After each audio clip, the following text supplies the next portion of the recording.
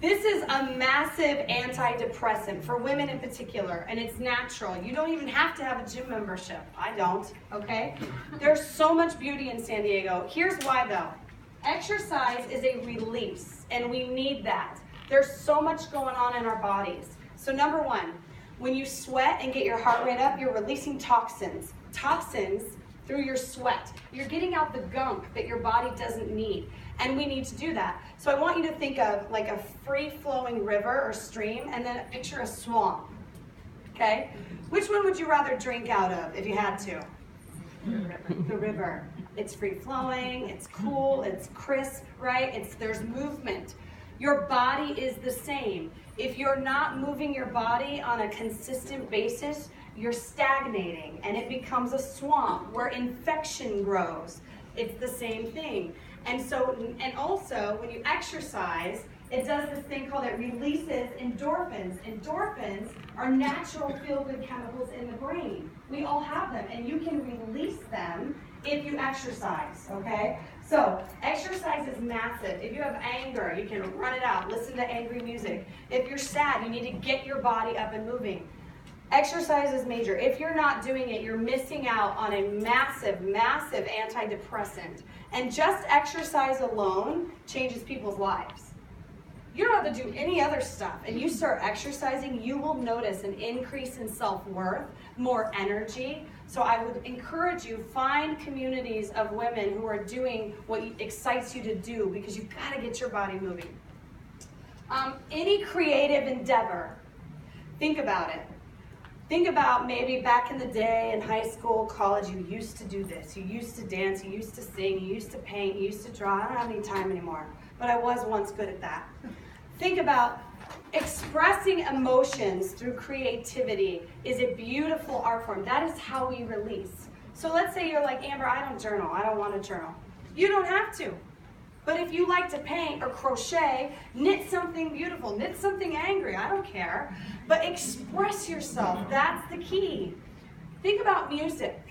Music is, we are drawn to music as people, right? Because music sings the lyrics of our soul. People put emotion into music, and that's why people love it.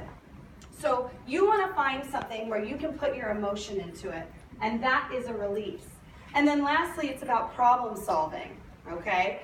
A lot of times we get so upset, we get so overwhelmed that we're not problem solving anymore. We're just stuck in pain and frustration and anxiety. But if you do some of these things, my internalizers, if you let yourself start to release, it will open and free up space so you can actually problem solve. So that medical bill that's been sitting there, that you know in the back of your mind, I haven't paid it, I'm getting late fees, you actually call them up and say, you know what, I don't have the money now, but I'll create a plan with you. Doesn't that feel better to create a plan than to avoid something and not deal with it? Always, always. But you have to be able to get rid of some of this junk that we're carrying, otherwise you're not going to problem solve. You understand what I'm saying? So there's a problem, there's a solution to every problem. We might have to do some cleaning of the emotional house to get there. Okay? So that's my internalizers. My externalizers. Now you can be both, by the way. My externalizers, these are my people who, when they feel the feeling, they just have to get it out. Right? It's here, you just have to say something, you have to do something. It either turns into tears, you just got to get it out because it feels like it's going to choke you alive if you don't. Your goal is to do what's called stop. Okay? Stop. Take a breath. Observe. And proceed. See, you have the opposite problem of my internalizers. My internalizers keep it in. I want them to get it out. You guys get it out and you put it all over the place, right? By the way, you can be an externalizer at home and an internalizer at work. Yeah? I know no one relates to that. Okay. The whole goal is to learn how to respond versus react. When we react, guess who's in control? They are. Our emotions. We're not in control when we react. When you just spit something out, you might think you're standing up for yourself, but it's probably going to be rude. And then we're probably going to regret it. And be like, oh, God, why did I do that? And then you go back to never saying anything again, right? We want to get out of this yo-yo. So, for my externalizers, we want to think before we respond, okay? So just like my internalizers, observe what's going on in the body. Remember we said your emotions they have signals in the body, your heart rate, the tension, all of that. Pay attention to that. Stop and think, okay, my heart's racing. I have pressure in my chest. My jaw's tight. I want to lose it on my husband right now. I want to lose it on him. I want to lose it on my girlfriend. Take a breath. I want everybody to do this for a second. Take your hand, your right hand, put it over your heart.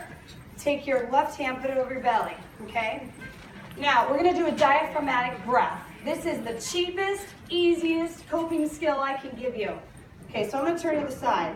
When I breathe in, if I'm doing a chest breath, I'm going, and I'm filling my lungs with air. But this is an anxiety breath, is what they should call this. When you breathe in your chest, it does shortness of breath and it creates more anxiety. What you want to do is breathe in your gut, and you want your gut to go out because you're getting a full breath all the way to your diaphragm. So you want to breathe in, and your stomach should go out. If your chest just rose, that's okay. Try it again. So let's take a big deep breath in through your nose.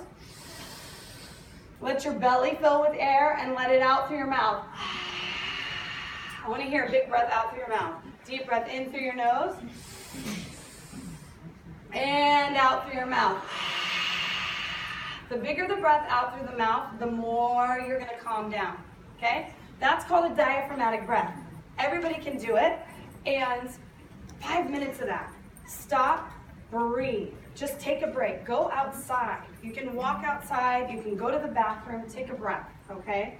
Even if you're at work, you can do this. There's nothing that you have to do in that exact moment. You don't have to send the text, yeah? You don't have to send the email. There's nothing you have to do in that exact moment that's important. Pause, take a breath, and proceed, okay? Something else you can do. Intense exercise, I already talked about this. Getting out the energy. This is so important to get out the energy. You just want to sweat and maybe like Amber, I'm not anywhere where I can intense exercise. You can do 20 jumping jacks. I do it with my patients all the time. You can do lunges. You can do push-ups. I know we're all really good at push-ups, so it's fine. Okay?